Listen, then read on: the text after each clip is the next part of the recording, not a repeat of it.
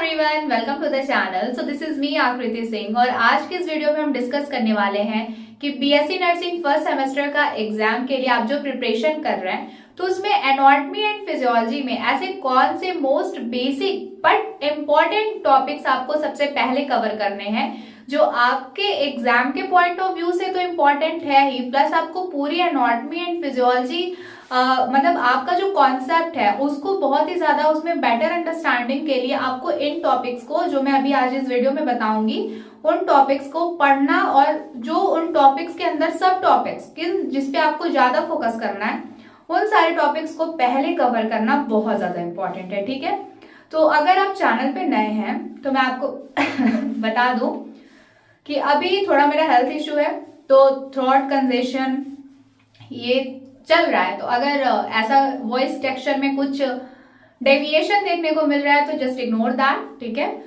मैं जस्ट जो पॉइंट्स आपके साथ शेयर कर रही हूँ, जो आप बोल सकते हो जो स्टडी हैक्स मैं आपके साथ शेयर कर रही हूँ उस पर फोकस करना। ठीक है, और अब तक मैंने BSc nursing first semester exam के लिए जितने लेक्चर्स अपलोड किए हैं, अगर आप उन लेक्चर्स को देखना चाहते हैं तो चैनल के होम पेज पे जाइए, वहां से प्लेलिस्ट सेक्शन में विजिट करिए। मैंने सब्जेक्ट वाइज प्लेलिस्ट बना रखी है, उधर से आप उन पर्टिकुलर प्लेलिस्ट को जब ओपन करेंगे तो वहां पे फाउंडेशन ऑफ नर्सिंग की सारे लेक्चर्स एक सीक्वेंस में, एनाटॉमी फिजियोलॉजी के लेक्चर्स एक सीक्वेंस में आपको इजिली अवेलेबल हो जाएंगे। ठीक है, सो अगर BSc nursing first semester exam में आप अपीयर होने वाले हैं तो इन लेक्चर्स को जरूर देखना, ये आपके प्रिपरेशन को बूस्ट करने में बहुत ही ज्यादा हेल्पफुल होंगे। ठीक है, तो चलो आज के टॉपिक जो आज का हमारा वीडियो का टॉपिक है उसको कंटिन्यू करते हैं। सो डियर स्टूडेंट्स, जैसे कि मैं हमेशा कहती हूँ as a BSc nursing student आपको जिस भी सिस्टम की एनाटॉमी पढ़ रहे हो उसी सिस्टम की फिजियोलॉजी साथ में पढ़नी है। ठीक है क्योंकि ये जो कॉन्सेप्ट है ना एक पर्टिकुलर सिस्टम का चाहे वो एनाटॉमी और फिजियोलॉजी दोनों बिल्कुल क्लियर रहना चाहिए, तभी आप एनाटॉमी फिजियोलॉजी के एग्जाम में अच्छा कर पाओगे। ओके तो बात करते हैं कि ऐसे कौन सी बेसिक बट इंपॉर्टेंट टॉपिक्स हैं। तो सबसे पहले हमारा सेल, ठीक है, टिश्यू, मेम्ब्रेन्स एंड ग्लैंड्स। फिर से रिपीट कर रही हूँ, cell, tissue, membranes and glands. ठीक है, तो सेल मैं ऑलरेडी पढ़ा चुकी हूँ जिसमें मैंने सेल ऑर्गेनल्स आपके साथ, सेल ऑर्गेनल्स का लेक्चर मैंने आपके लिए अपलोड कर रखा है। ठीक है, उस लेक्चर का मैं लिंक वीडियो के कमेंट सेक्शन में पिन कर दूंगी, आप उधर से देख सकते हो अगर वो वीडियो आपको चैनल पे नहीं मिलती है तब। ठीक है, देन टिश्यू, टिश्यू की video detail explanation with notes का लेक्चर मैं अभी कल की डेट में 29 दिसंबर को मैं अपलोड की हूँ, उसके लिंक पे मैं इस वीडियो के कमेंट सेक्शन में पिन कर दूंगी, आप उधर से वीडियो देख सकते हो। ठीक है, देन अभी हमारा नेक्स्ट जो लेक्चर आएगा that will be on membrane and glands. ठीक है, तो इन सारे टॉपिक्स में आपको पढ़ना क्या है, तो देखो भाई सेल से क्वेश्चंस क्या पूछते हैं। सेल से बहुत कम चांसेस हैं कि आपको ऐसे पूछे व्हाट इज सेल, क्योंकि आप ग्रेजुएशन में हो ना, even though you are a fresher, you are a first year student, but still you are a graduation student. ठीक है, ये आपका ग्रेजुएशन पीरियड स्टार्ट हो चुका है, तो आप छोटे बच्चे नहीं हो, तो इसलिए आपसे डायरेक्ट क्वेश्चन पूछने के चांसेस बहुत कम है। तो बहुत कम चांस है कि आपसे सेल, व्हाट इज सेल पूछे। ठीक है, अगर पूछेगा तो that will be very easy for you, you can easily I think write that cell is a basic structure and functional unit of life, and then आपको जस्ट वो cell organelles वगैरह आप डिफाइन कर दोगे, you will done with that question. ठीक है, लेकिन बहुत कम चांसेस है कि डायरेक्ट क्वेश्चन पूछे। अब सेल से क्वेश्चन क्या पूछ सकता है उस पर डिस्कस करते हैं। तो सेल जो टॉपिक है वहां से कौन से क्वेश्चंस आ सकते हैं वो मैं आपके साथ बता रही हूँ, क्योंकि जब मैं बीएससी नर्सिंग फर्स्ट सेमेस्टर का एग्जाम, मेरा जब एग्जाम हुआ था तो जो क्वेश्चन आया था, मान लो इंटरनल एग्जाम में, एक्सटर्नल एग्जाम में, मैं सारे पेपर को इवेल्युएट करके वो क्वेश्चंस आपको बता रही हूँ। ठीक है, तो सेल से जो क्वेश्चन इंपॉर्टेंट आ सकता है सॉरी, वो है सेल ऑर्गेनेल्स। ठीक है, तो जितने सेल ऑर्गेनेल्स होते हैं, इसका मैं ऑलरेडी लेक्चर भी अपलोड किया, आप वो वीडियो देख के नोट्स बना के उसको अच्छे से पढ़ लेना। तो सेल ऑर्गेनेल से जरूर क्वेश्चन पूछता है। ठीक है, किसी भी पर्टिकुलर ऑर्गेनेल के बारे में आपसे पूछ सकता है, चाहे माइटोकॉन्ड्रिया के बारे में पूछ ले, है ना। देखो माइटोकॉन्ड्रिया प्लाज्मा मेम्ब्रेन, ये दो ऐसे हैं जहां मतलब बहुत फ्रिक्वेंटली इन ऑर्गन्स के बारे में बहुत ही फ्रिक्वेंटली क्वेश्चंस आते हैं। ठीक है, चांसेस हाई होता है। इसके अलावा न्यूक्लियस, गॉल्जी बॉडी, तो ओवरऑल आपको जितना सेल ऑर्गेनल्स होता है ना, सबके बारे में बहुत अच्छे से पढ़ लेना। अगर एनाटॉमी पढ़ना आज से स्टार्ट कर लो, तो सबसे पहले अगर सेल पढ़ रहे हो तो सेल पढ़ने के बाद सेल ऑर्गेनल्स बहुत अच्छे से और बहुत ध्यान से पढ़ना, क्योंकि सेल ऑर्गेनल से क्वेश्चंस आने के चांसेस 70 to 80% होते हैं। ठीक है, 70 to 80% चांसेस होते हैं कि एनाटॉमी फिजियोलॉजी के पेपर में सेल ऑर्गेनल्स के बारे में पूछ सकता है। तो सेल ऑर्गेनल्स की एनाटॉमी फिजियोलॉजी जरूर पढ़ना। ठीक है, देन एक बहुत इंपॉर्टेंट जहां से क्वेश्चन आने के चांसेस 80 to 90% होते हैं। देखो 100% एफिशिएंसी किसी चीज की मैं अभी नहीं बता सकती, क्योंकि मैं कोई और हूं और आपका जो पेपर सेट करेंगे वो कोई और होंगे। बट मतलब मेरा जितना एक्सपीरियंस रहा है फर्स्ट सेमेस्टर में, मैंने जितने इंटरनल्स दिए थे, एक्सटर्नल एग्जाम दिए थे, जो भी, तो उसमें जो क्वेश्चंस थे उसके बिहाफ पे मैं आपको बता रही हूँ कि क्या इंपॉर्टेंट है, किसके जब कौन से टॉपिक से क्वेश्चंस आते हैं। तो cell cycle and cell division, ठीक है, यहां से 80 to 90% चांसेस होते हैं कि क्वेश्चन आए ही आए, क्योंकि मैंने जितने भी एनाटॉमी फिजियोलॉजी के पेपर में देखा है ना, वहां cell cycle and cell division से रिलेटेड क्वेश्चन जरूर आया है। तो cell cycle and cell division में जो माइटोसिस और मियोसिस, ठीक है, माइटोसिस और मियोसिस को बहुत अच्छे से ध्यान से पढ़ के जाना, इसके क्या स्टेजेस होते हैं। हाँ, सेल साइकिल और सेल डिवीजन का लेक्चर मैंने अभी अपलोड नहीं किया है, क्योंकि देखो सीक्वेंस क्या है, सेल ऑर्गेनल्स मैं पढ़ा चुकी हूँ, टिश्यू का लेक्चर मैं कल की डेट दैट इज 29/12/2024 को मैंने अपलोड कर दिया है। अब जो नेक्स्ट लेक्चर मैं अपलोड करूंगी वो मेम्ब्रेन और ग्लैंड्स का होगा। जब ये तीनों चीजें मैं पढ़ा दूंगी, देन उसके बाद मैं cell cycle and cell division का एक डिटेल वीडियो अपलोड करूंगी, क्योंकि मुझे ये टॉपिक बहुत ही ध्यान से आपको पढ़ाना है, क्योंकि यहाँ से क्वेश्चन आने के चांसेस बहुत हाई होते हैं। ठीक है, तो cell cycle and cell division note कर लो, यहां से आपको क्वेश्चन आने के चांसेस 80 to 90% होंगे। तो चाहे आप सेल्फ स्टडी के थ्रू अभी तैयार कर लो, या फिर अभी 2-3 दिन में मैं इस टॉपिक का लेक्चर अपलोड करूंगी, तो प्लीज उस लेक्चर को बहुत ध्यान से देखना। मैं जो नोट्स आपके साथ शेयर करूंगी उस नोट्स को बहुत ध्यान से पढ़ना और एग्जाम में भी जरूर पढ़ के जाना। ठीक है, क्योंकि cell cycle and cell division बहुत इंपॉर्टेंट होता है, यहां से क्वेश्चन आने के चांसेस 80 to 90% होते हैं। ठीक है, तो सेल में सेल ऑर्गेनल और cell cycle and cell division ये आपको जरूर से पढ़ के जाना है। ठीक है, फिर उसके बाद टिश्यू पे आ जाओ। टिश्यू में तो क्या क्या होता है, तो देखो टिश्यू में आपको डेफिनेशन, टाइप्स, कैरेक्टरिस्टिक्स, ठीक है, formation, location, function. Anatomy physiology में आपका इतना सारा सब टॉपिक है टिश्यू के अंदर जो आपको कवर करना है। क्या है, डेफिनेशन, टाइप्स, ठीक है, characteristic, formation, location and function. तो आपको एनाटॉमी फिजियोलॉजी जब आप टिश्यू की पढ़ोगे तो इतने टॉपिक्स कवर करना है, और इन सारे टॉपिक्स का लेक्चर मैं ऑलरेडी अपलोड कर चुकी हूँ, लिंक मैं इस वीडियो के कमेंट सेक्शन में पिन कर दूंगी, आप उसको देख के नोट्स बना के अच्छे से रिवाइज कर लेना, तो टिश्यू आपका तैयार हो जाएगा। ठीक है, टिश्यू में क्वेश्चन आने के, जिस टॉपिक से क्वेश्चन आने के चांसेस बहुत हाई होते हैं, that is types of tissue, classification of tissues. ठीक है, जो टिश्यूज का क्लासिफिकेशन होता है, यहां से क्वेश्चंस आते हैं, मतलब ऐसे क्वेश्चन आ जाता है कि define tissue and it's classification.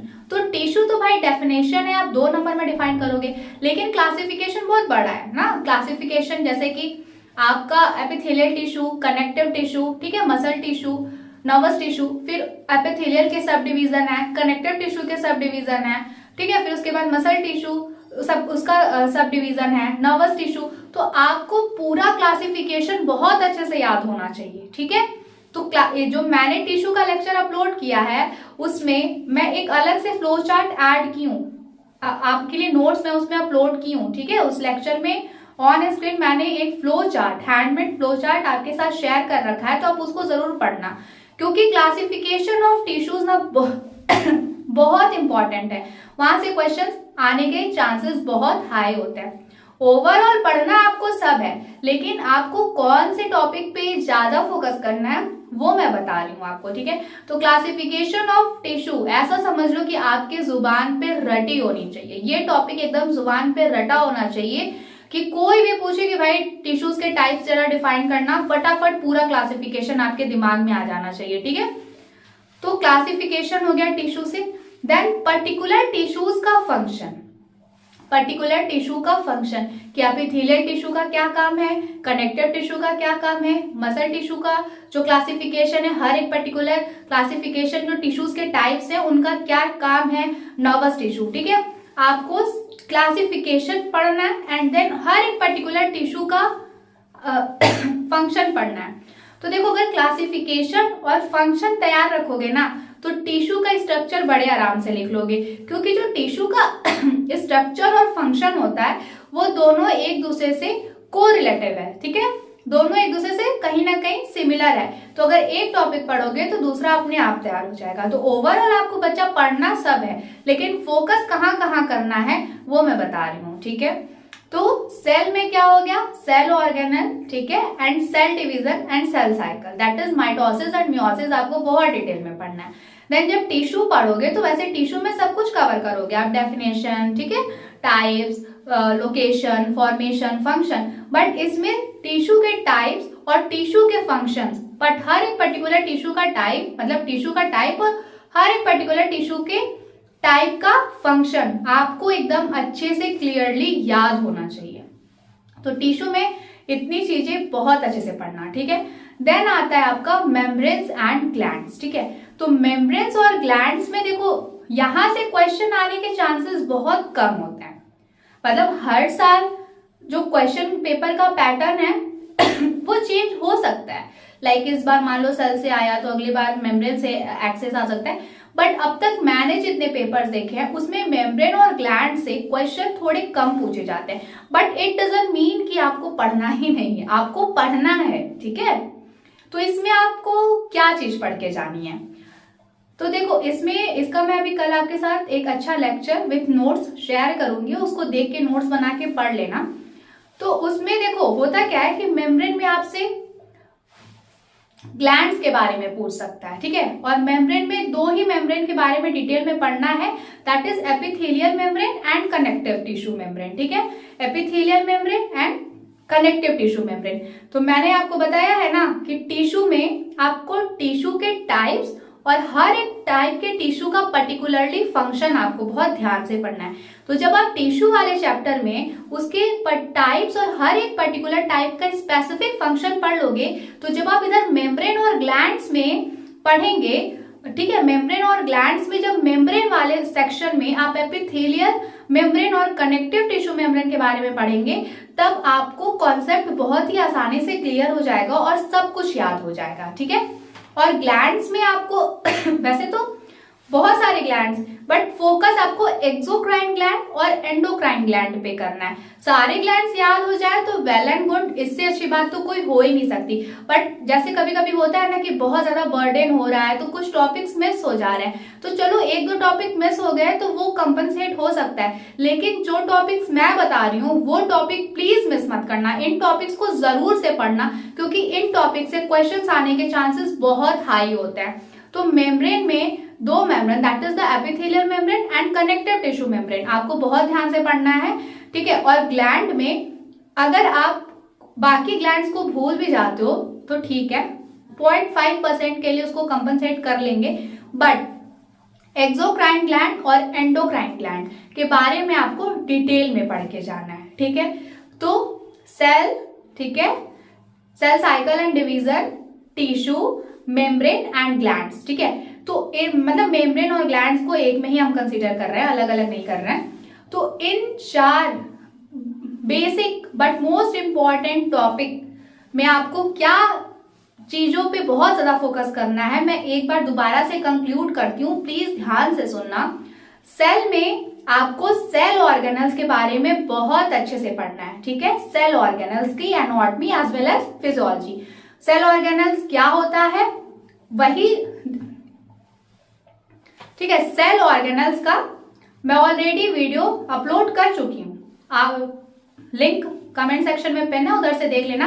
But ये जो गोल्गी बॉडी, माइटोकॉन्ड्रिया, ठीक है, राइबोसोम, ये सारी चीजें आप पढ़े होंगे ना, endoplasmic reticulum, that is the cell organelle. तो इन सारी चीजों के बारे में, न्यूक्लियस, इन सारी चीजों के बारे में आपको बहुत ध्यान से पढ़ के जाना है। बाकी cell cycle and cell division most important, 80 to 90% chances होते हैं cell cycle and cell division में से क्वेश्चन आता ही आता है। चाहे माइटोसिस के बारे में कुछ पूछ सकता है, चाहे मियोसिस के बारे में कुछ पूछ सकता है। तो cell cycle and cell division को ना बहुत ध्यान से पढ़ के जाना और जरूर से पढ़ के जाना। फिर टिश्यू पे आ जाओ।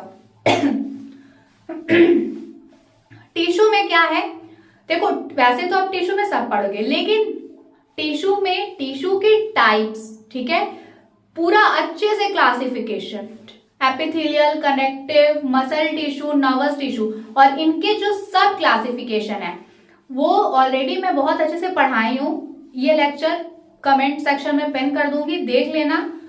बहुत अच्छे से क्लासिफिकेशन पढ़ना है, ठीक है, क्लासिफिकेशन पढ़ना है। एंड देन हर एक पर्टिकुलर टिश्यू के टाइप का फंक्शन पढ़ना है, हर एक पर्टिकुलर टिश्यू के टाइप का फंक्शन पढ़ना ही पढ़ना है, ठीक है।